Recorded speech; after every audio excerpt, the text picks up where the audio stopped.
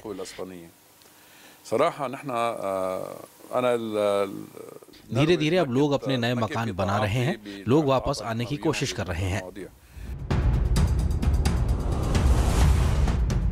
ये तस्वीरें बताती हैं कि इन बाड़ों के पार इजरायल की सेना मौजूद है, तो जहां शांति रक्षक पेट्रोलिंग कर रहे हैं यही है ब्लू लाइन। इस ब्लू लाइन का अस्तित्व साल 2000 के बाद आया, लेकिन उसके बाद भी हिंसा पूरी तरह थमी नहीं।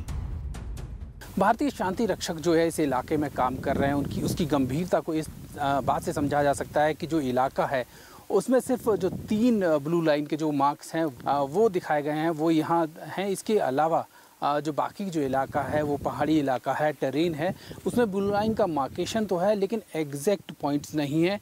इस बात से इस चीज़ को समझा जा सकता है कि किन हालात में, किन प्रेशर में जो भारतीय शांति रक्षक हैं वो यहाँ काम करते हैं।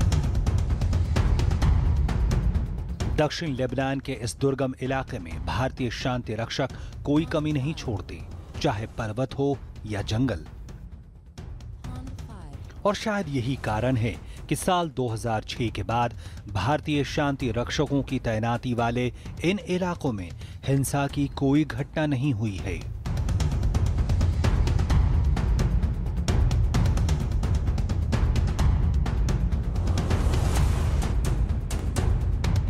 जो यहाँ पे हिस्ट्री है, जो यहाँ पे जो वॉर हुआ था 1973 से लेकर अभी जो 2006 में भी जो लेटेस्ट वॉर हुआ था, यहाँ पे ये पूरा हिस्ट्री जो है कि यहाँ पे वो एक्शन हुआ था जहाँ लेबनान और इजराइल के बीच में हुआ था। और जो आप एरिया पीछे देख रहे हो तो ये वही एरिया है जहाँ पे 2000 में ये हिजबुल्लाह यहाँ से 2 इजरायली को एब्डक्ट किया था और वहाँ पे उन्होंने इनको मारा था। तो इस एरिया का सिग्निफिकेंस सबसे ज़्यादा वहाँ पे है। बट इंडियन बटालियन का सबसे मेजर अचीवमेंट यहाँ ये रहा है कि 2006 के बाद 19 ईयर्स हो गए, 18 बटालियंस आ चुके हैं, यहाँ से कोई रॉकेट लॉन्चिंग अभी तक हुआ नहीं। So this is the biggest achievement not only of this battalion but of all the past Indian battalions which have taken.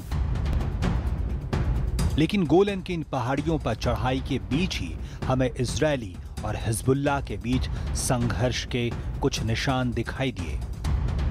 ये वो इलाका है, ये जो आप लोहे के रॉड देख रहे हैं, एक समय ये फुटबॉल ग्राउंड का पोस्ट हुआ करता था जहां पे हिजबुल्लाह यहाँ पे रहती थी साल 2000 के आसपास। और यहीं से उन्होंने इजराइल की सीमा में घुसकर इजरायली सैनिकों को पकड़ा, उनकी हत्या की और उसके बाद इजरायली सेना यहाँ इस इलाके में अपने टैंकों के साथ आई और हिजबुल्लाह के इस पोस्ट को नेस्ते नाबूद कर दिया गया। और उसके बाद जो अंतर्राष्ट्रीय समुदाय है, खासकर यूएन है, वो इस इलाके में पहुंची और उन्होंने ये सुनिश्चित किया कि ब्लू लाइन को जो है किसी तरह से वहाँ पे कार्रवाई ना हो, वहाँ पे गतिविधि ना हो। लेकिन साथ ही इजरायली सेना ने इस इलाके में अपनी सैनिकों की संख्या बेतहाशा बढ़ा दी है।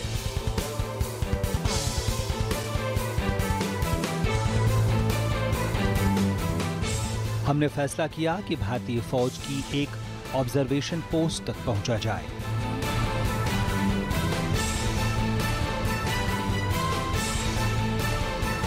जो करीब 1800 मीटर की ऊंचाई से शेवा फार्म्स इलाके पर अपनी निगरानी रखता है। हिंसा को उकसाने की कोशिशें कम हुई हैं, लेकिन सच यही है कि आज यहां शांति है और इसका एक बड़ा श्रेय जाता है इन शांति रक्षकों को।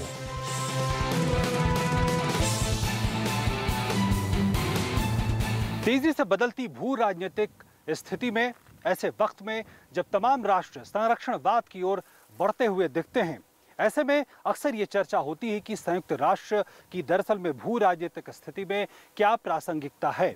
लेकिन ऐसे में जब हम लेबनान इजराइल के इस इलाके की तरफ आते हैं और जब इस समय हम यूएन की भूमिका को देखते हैं तो लगता है कि कई स्तरों पे यूएन और उसकी शांति सेना बड़ा अंतर पैदा कर रही है और आम लोगों को एक बड़ी राहत मुहैया करा रही है।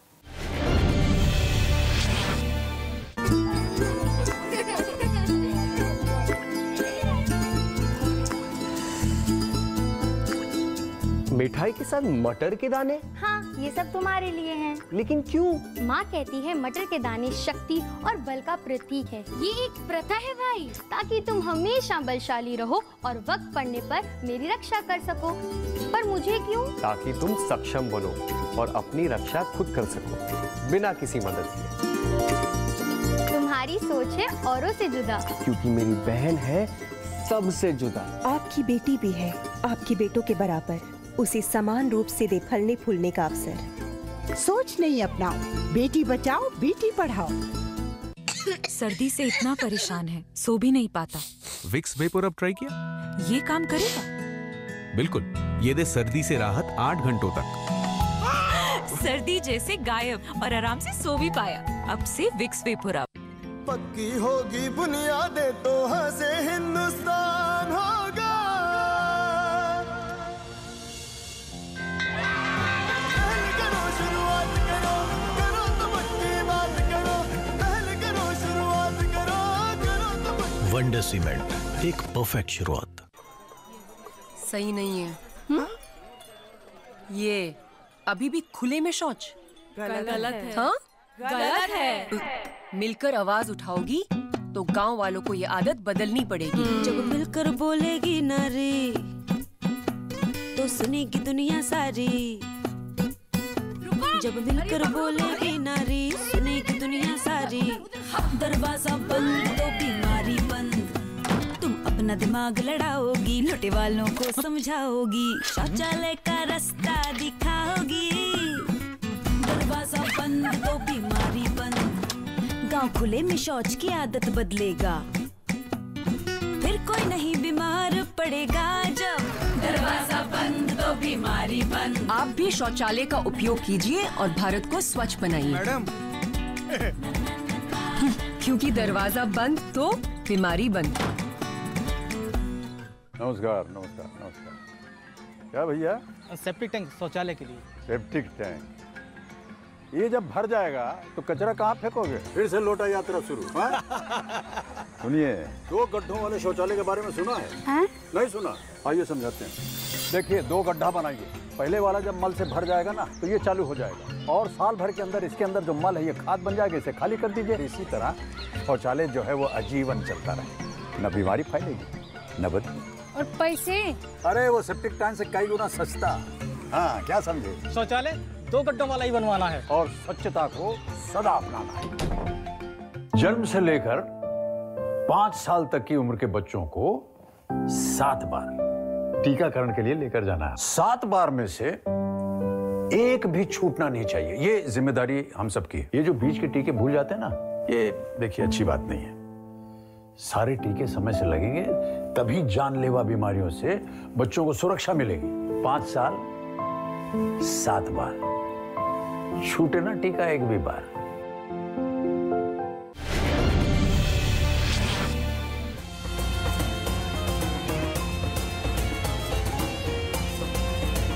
लेकिन शेबा की आबो हवा में कुछ तो खास है जो यहाँ बार बार लोगों को खींचती है।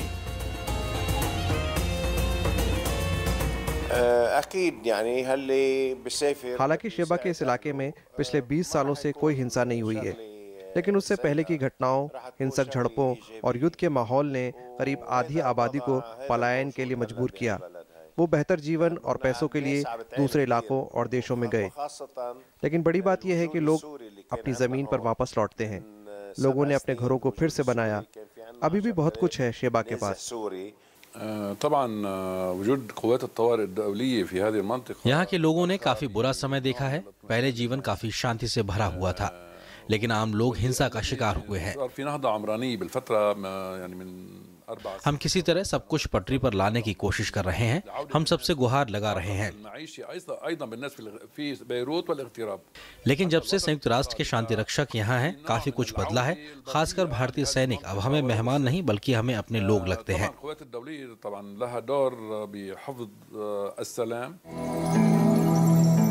जिस जगह से भारी पलायन हुआ हो, जहां रोजगार के मौके भी बेहद कम हों, वहां लोग कैसे रहते हैं?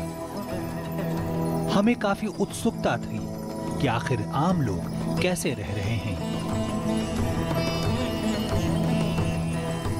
दक्षिण लेबनान के इस शिवा फार्म्स इलाके में एक बड़ी आबादी संघर्ष की वजह से या मौकों की अनुपलब्धता के चलते पलायन करने को मजबूर है। लेकिन इन इलाकों में जो लोग रहते हैं, जो आम लोग रहते हैं, उनके लिए ये मवेशी उनके लाइवलीहुड या कहें जीविकापार्जन के लिए बेहद महत्वपूर्ण हो जाते हैं। लेकिन जो व्यवस्था है वो ये भी बताती है कि इनके लिए जो मूलभूत मेडिकल सुविधाएं हैं वो मुहैया नहीं होती है, और कहीं ना कहीं इसका असर यहाँ के लोगों पर पड़ता है, उनके भविष्य पर पड़ता है। बाकिल शेबा में दूध से बने उत्पादों का कारोबार करते हैं। वो सिर्फ इसे बेचते नहीं बल्कि खुद दूध के उत्पादन जैसे पनीर, खोया जैसी चीजें भी बनाते हैं।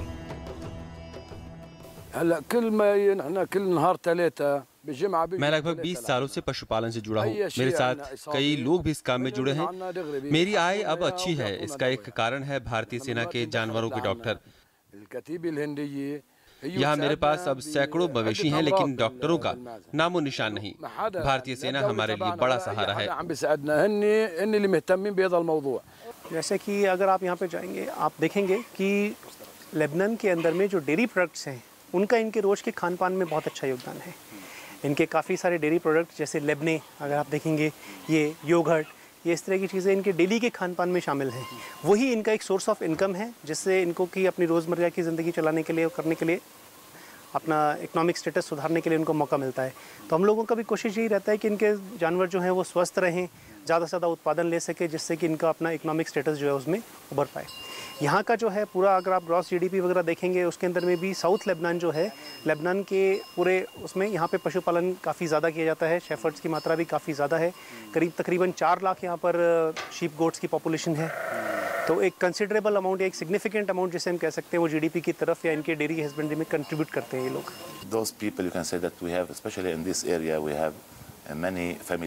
शेबा की चरमराई आर्थिक हालात में खेती और पशुपालन एक बड़ा सहारा है। करीब 30 से 40% लोग मवेशी पालन से जुड़े हैं, लेकिन यहाँ इस सुदूर इलाके में जानवरों के डॉक्टर नहीं के बराबर हैं। लेकिन ऐसे में इंडियन बटालियन की वेटनरी की सुविधा ने लोगों को बड़ी राहत दी है। लेकिन ये कहानी इतनी भी सीधी नहीं है। ब्लू लाइन पर शायद कुछ भी आसान नहीं है। दक्षिणी लेबनान का जो ब्लू लाइन का इलाका है, वहाँ जो चरवाहे अपनी मवेशी को चराने जाते हैं, चूँकि ब्लू लाइन का जो एरिया है उसमें जो डिमार्केशन है वो क्लियर नहीं है, तो कई बार वो सीमा जो है उसका उल्लंघन करते हैं और इजराइल इसको काफ़ी गंभीरता से लेता है, इसको सीमा पार का उल्लंघन मानता है और कई बार ये स्थिति दोनों देशों के बीच तनाव की बन जाती है। हमारे पीस कीपिंग के ड्यूरेशन में, बिकॉज बॉर्डर एरिया में कई शेपर्ड्स हैं जो अपने फ्लॉक्स के साथ में ब्लू लाइन के पास में जाते हैं, तो टेक्निकली वो लोग ब्लू लाइन क्रॉस नहीं कर सकते। तो उस समय ग्राउंड में एग्जैक्ट आइडेंटिफिकेशन की ये ब्लू लाइन है, वो पता करना बहुत मुश्किल होता है।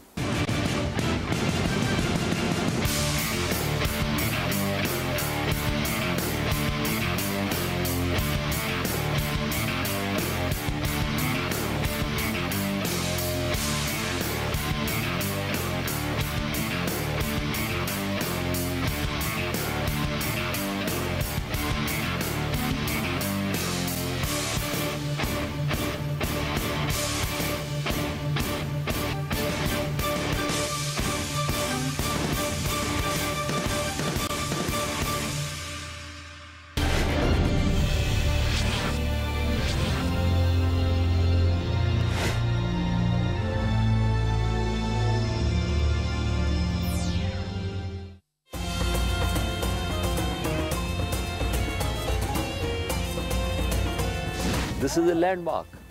This is firstly a symbol of the strong friendly ties between India and Lebanon.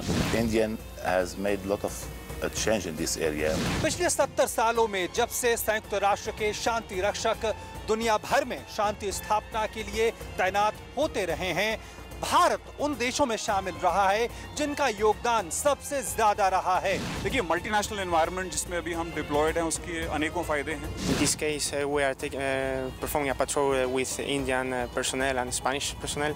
UNIFIL का ये अटेम्प्ट हमेशा रहा है कि जो बेसिक स्ट्रक्चर को स्ट्रेंथन करने के लिए, जो पहले बॉम्ब ब्लास्ट वगैरह या शेलिंग होती थी, वो इंटेंसिटी बहुत ज़्यादा था। शांति सेना ने यहाँ एक अपनी अलग जगह कायम की है।